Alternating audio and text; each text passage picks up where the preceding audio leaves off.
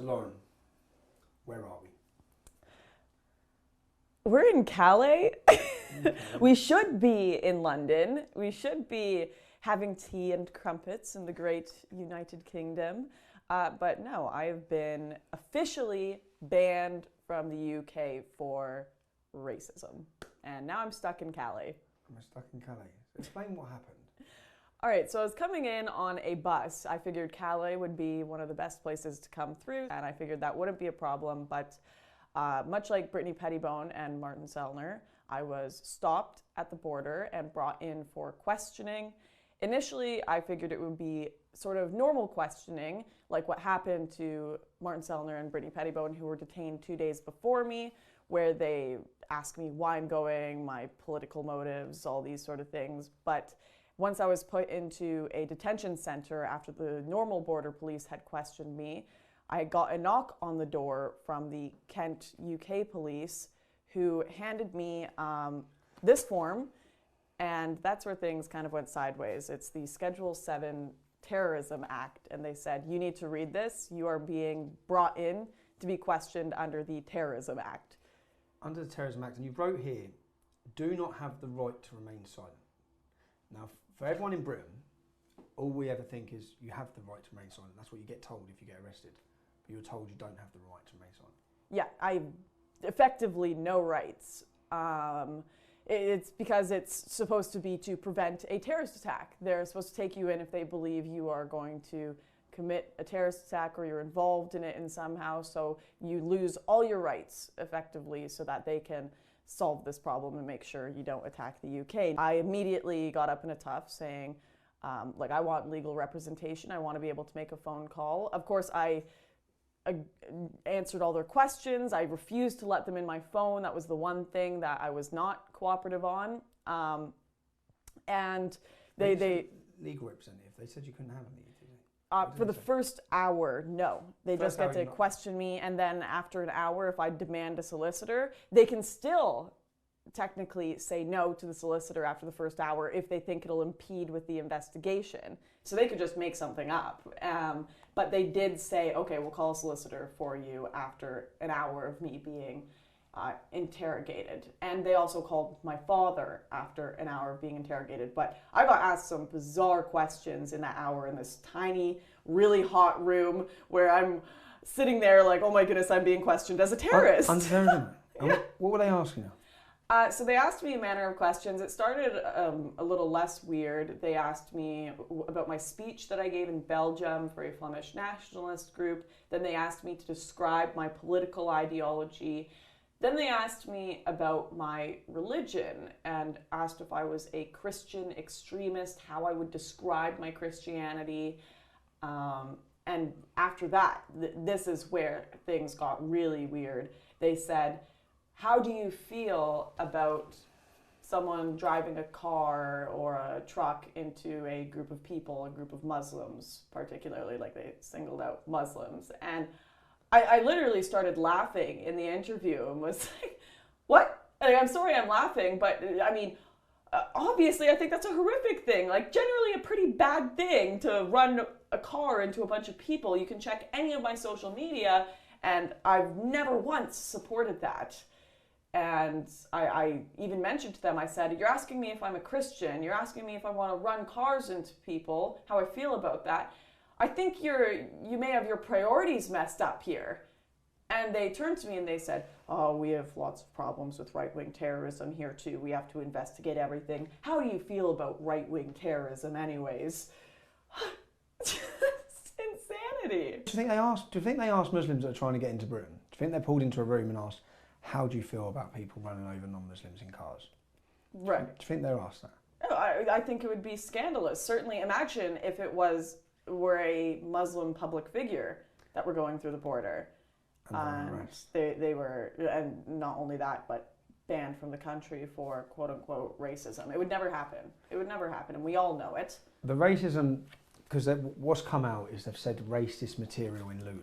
Can you explain what that was? Right, so after about 3 hours of questioning by the police under this Terrorism Act and a bit of time of break because I kept demanding my legal rights and to speak to a lawyer, which everyone should know. This was an amazing education, actually, in how I've watched tons of movies before on interrogations like this. I've seen TV shows, videos, and I used the knowledge from these TV shows and videos, and it shockingly worked. Like, I got to retain a lot of my rights because I said, no, I'm not going to let you into my cell phone.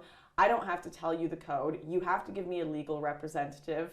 I demanded all of these things, and they never got to go into my cell phone despite the many threats. They said, if you don't give us the code, we're going to take it for 7 days and hack into it and download all the data anyways. We're going to put you away and take your blood. And they basically lie so that they can get you to do certain things when you're in this interrogation room. Was you scared? Being held under the Terrorism Act? It's a bizarre experience because you don't know what you've done. I'm like trying to think. I'm like, I'm pretty sure I've never committed terrorism or ever wanted to commit terrorism in my life. What have I done? So you're picking up every maybe joke you've made online or something and thinking, oh my goodness, could they have taken this seriously? And you have no rights. You have no rights. So the biggest thing that I was worried about, though, is, of course, they wouldn't let me speak to, I couldn't make a call at the halfway mark. They instead called someone for me, and they called my father. And I was just thinking to myself, I am the worst daughter on earth. It is like 4 or 5 a.m. here, and they're calling my dad to tell him I've been detained in Calais. Like, what is he thinking right now, you know? What did they say to your dad? So my dad actually recorded the call. Your dad recorded the conversation? Yeah. I don't know, do you want me to play it now, or? I'd love you to play it now. Okay. How are you? It's PC Hughes here. I'm calling from France, actually, in Coquel. I'm calling just with regards to your daughter, just to let you know at the moment she is being detained. She just wants you to know that she is being detained at the moment under a power called Schedule 7 of the Terrorism Act. She's just being questioned at the moment. She's all in order. She just thought you'd like to know that where she is. A Terrorism Act? Yes. We're just asking a few questions of her at the moment. Just so you know, it sounds worse than it is. It's not that we suspect her of being a terrorist or anything like that. We have a power here at the port to stop anyone who comes through, given certain criteria, and we can stop and ask some questions with regards to them.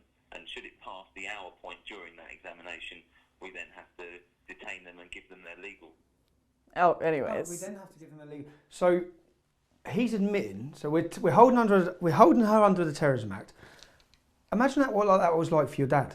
I know. That's why I keep saying I'm the worst daughter on earth. My dad. And you've done nothing. You've done nothing wrong. You've committed no crime, and your father's getting a phone call to say his 22-year-old daughter is being held in Britain, or even in France, by the British under the Terrorism Act. And then he goes on to admit, well, it's okay, she hasn't done anything, we don't suspect her of being a terrorist, we're just completely abusing our power. Yeah. And no legal representation. I'm shocked by that. I'm shocked that they can allowed or they can even do this.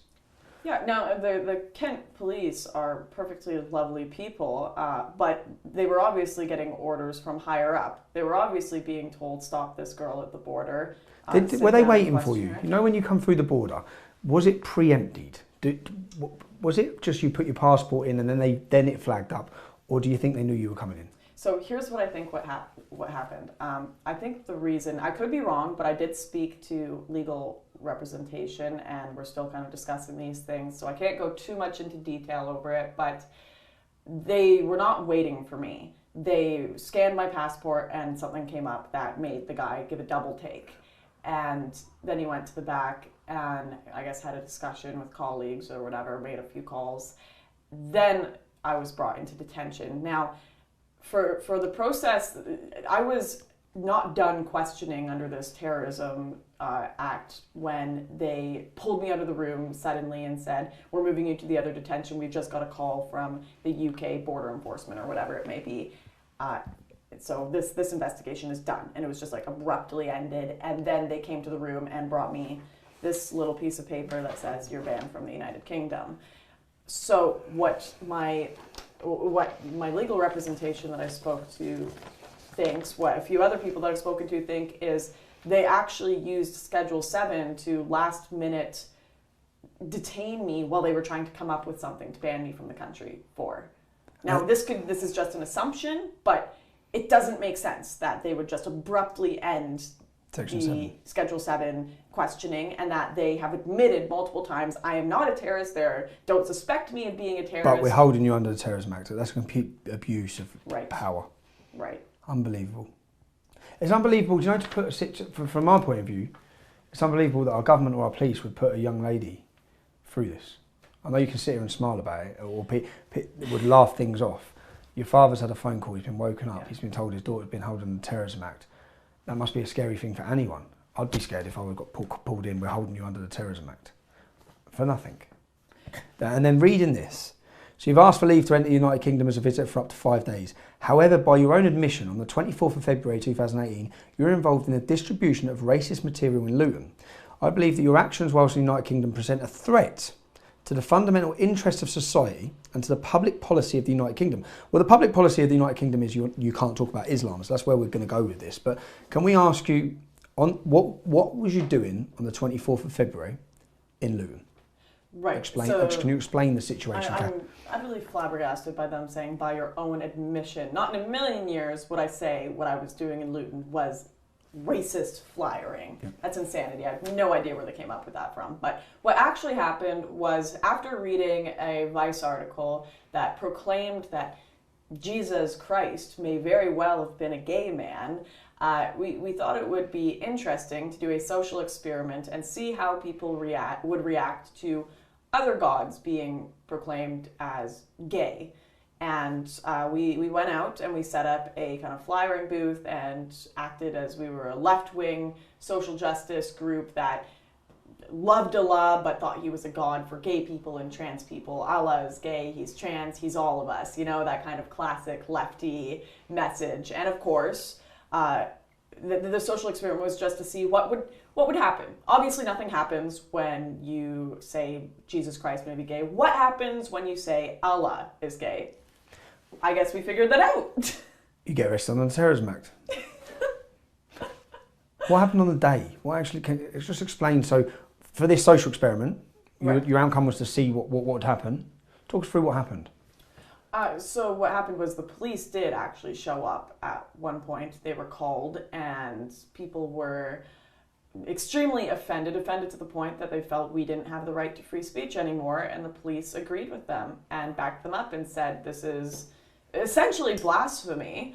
This is essentially against the law for you to be flyering here and saying these things because they have offended someone. That was the reasoning, and they confiscated our papers. They took any flyer that said Allah is gay and said we cannot come back and redistribute this stuff. Now, I was not charged. They didn't arrest me. I complied with them, and they were just like, you're not allowed to come back because this is speech that is not allowed. But I complied totally. So for them to bring this up on this paper later and claim it's racism and I'm banned from the country, it makes no sense whatsoever. Essentially, you've been arrested under the Terrorism Act for committing blasphemy in the UK. Blasphemy, yes. I'm not sure what year this is. I know Big Ben is still in construction and time has stopped, but it seems more like it's going back, to be honest. I think I'm following what the British public are saying, I'm following what everyone's saying, and everyone seems outraged by this. Even people who do not sit on the same side of the political fence as you. I'm reading commentators talking and tweeting and saying how outrageous it is that you've been held under terrorism. And the reasons they're giving now, this reason, what if I tell you, Saeed Qadari, he's a Muslim cleric who is banned from preaching in Pakistan. He's banned from preaching in Pakistan because he's that radical. Mm-hmm. Recently, very recently, he was doing a tour of talks in UK mosques. So he's on record as glorifying murder, inciting murder. He's a radical extremist. He was welcomed into our country. What do you think? Why would you think that would be? What's the difference when we have Muslim clerics coming in promoting hate, but you're held under the Terrorism Act for a social experiment? What does that make you think of Britain? We read all these articles about 500 jihadis let through the border, these extremists holding up signs saying behead those who do not believe in Islam, and it doesn't really quite hit you. It doesn't really quite process for you. But after sitting here and having the left-wing press, these verified liberals all over social media gloating and praising me being banned from the UK, saying, glad we enforced our borders correctly, it's been a shocking experience to see what the UK's priorities are. I have no criminal record. I speak the language. I damn well love the culture. I love the British people. I intended on coming in, staying for the amount of time I said I was going to stay, and leaving back to Toronto, only contributing to the country. And yet, I have the left-wing media gloating that I am banned from the nation. Well, they ignore jihadis coming through the gates. And the border police ignore jihadis coming through the gates while I'm being held and detained under terrorism acts, which you're right, I do laugh, but it's a little humiliating to have my father called and them tell him your daughter's being held as a terrorist. And the whole country, and the whole world's been told. Not Yes. just your father, the whole world has been told that you've been held under terrorism act. Everyone would presume you've done something seriously wrong. Right, I've had people messaging, tagging the Canadian political parties saying now that the UK has found Lauren guilty of terrorism, of course ignoring the whole fact that I'm guilty of nothing, we shouldn't let her back in the country, all of these different things. And this is likely going to come back and people are going to use it against me, saying, weren't you held under the terrorism Schedule 7? In a way of slandering you. In a way of slandering me. Because, normally this law, what it should be used for is for stopping people who they seriously think are going to blow up and murder a bunch of people and run them over with a car. That's what it should be used for. That's what it was supposed to be used for, but like we've seen with many of these acts that are passed and given the government large scope and ability to abuse them, they get abused. And in the cases against us. They bring in these laws. We have jihadis coming back and forth, committing terrorism when they're all on the watch list, and then they enforce new laws. I didn't know about this law. I'm a British citizen. I didn't know that people can be held, that they have to talk, that they're not allowed legal representation. I had no idea of this, and I don't think many of the British public would. And what are you going to do about it? What can you do about it? Any idea? So, because they've admitted I am not a terrorist, they don't even suspect me of terrorism, things seem a little fishy. And by a little fishy, I mean a lot fishy. It seems like things were done rather out of order. And simply the fact of banning me from a place because of racism over saying Allah is gay, I'm not sure where the racism is in that sentence, and by I'm not sure I mean it doesn't exist. So I'm not going to simply lie on my back and just allow the UK to stamp on my face. I'm not going to sit there and be a victim. I get very annoyed when I feel like right-wingers are perpetually under attack. It's time we fight back. It's time we don't allow ourselves to just be the perpetual victim. And so myself, Brittany Pettibone, and Martin Sellner, who of course went through also a horrific, ridiculous experience where they were held for 3 days. We are all looking into legal representation to fight this and be allowed to have crumpets and tea in London again. Do you have any idea how expensive that is? So we've had, I'm not sure if any of this will go through, but we have had lawyers approach us saying, we may be able to help you for reduced costs, whatever it may be, but you're right, there are still large costs behind trying to have our damn right to go into the United Kingdom. Which I'd say that even just me as a British man, this has to be challenged, because this is the start of stopping anyone in entering our country who has a political opinion that they don't agree with. Mm-hmm. They've stopped 3 people now, 2 of them journalists. It's unheard of. So it has to be challenged. So say anyone watching this that is going to be angered and frustrated by it, and they want to support you in pursuing this, how can they do that? Yeah, if you want to be able to support me personally, you can go to laurensouthern.net, and there should be all of the support information there. But I'm also, of course, going to be meeting with Brittany Pettibone and Martin Sellner about where we are going with this in the future, and we might come up with some sort of legal fundraiser or whatever it may be. But in the meantime, of course, you can go visit my website, laurensouthern.net, where people come to support my journalism and just surviving detainment and everything in general.